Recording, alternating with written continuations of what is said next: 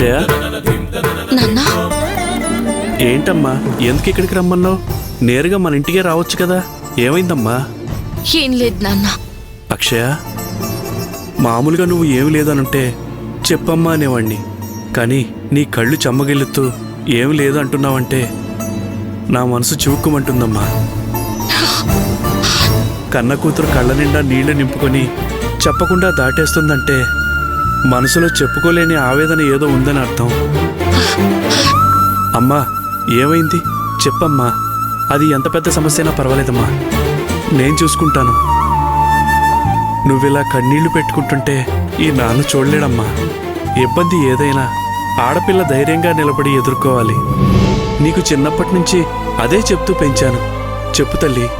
నాన్నా, నేను మీ కూతురుగానే ఉండుంటే ధైర్యంగానే ఉండుండేదాన్ని.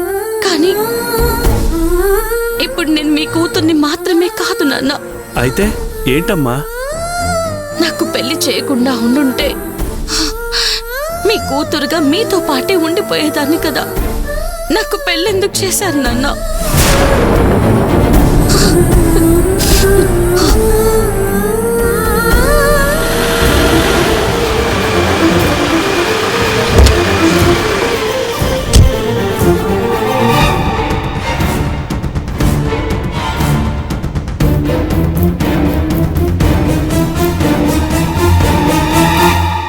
అమ్మా అక్షయ, ఎందుకమ్మా అలా అడిగావు?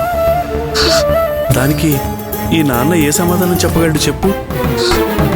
అమ్మా, నేను అడిగిన దానికి ఏదీ దాయకుండా సమాధానం చెప్పు. అలా ఎందుకు అడిగావమ్మా?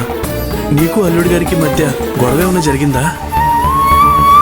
నాకు ఆయనకి మధ్య ఆ 10 లక్షల సమస్య పెద్ద అడ్డుగోడలా నిలబడింది నాన్న.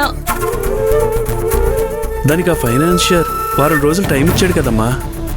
ఈలోగా ఎలాగోలా ఆ డబ్బు సర్దేచ్చు కదమ్మా. లేదు నాన్న, అతను మళ్ళీ ఆఫీస్కి వచ్చి 2 రోజుల్లో నా డబ్బు నాకు కావాలని చెప్పి వార్నింగ్ ఇచ్చి వెళ్ళాడంట.